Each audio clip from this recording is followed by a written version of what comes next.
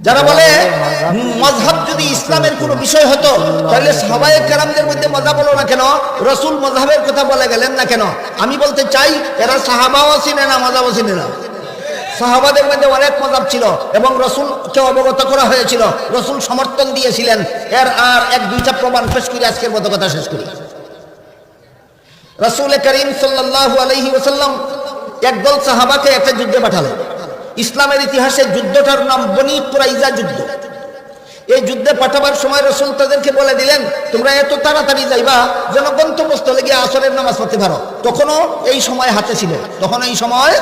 হাতে ছিল, কিন্তু পরবর্তীতে ঘটনাক্রমে এমন দেরি হয়ে গেল আর গন্তব্যস্থলে গিয়ে আসরের নামাজের সময় থাকবে না।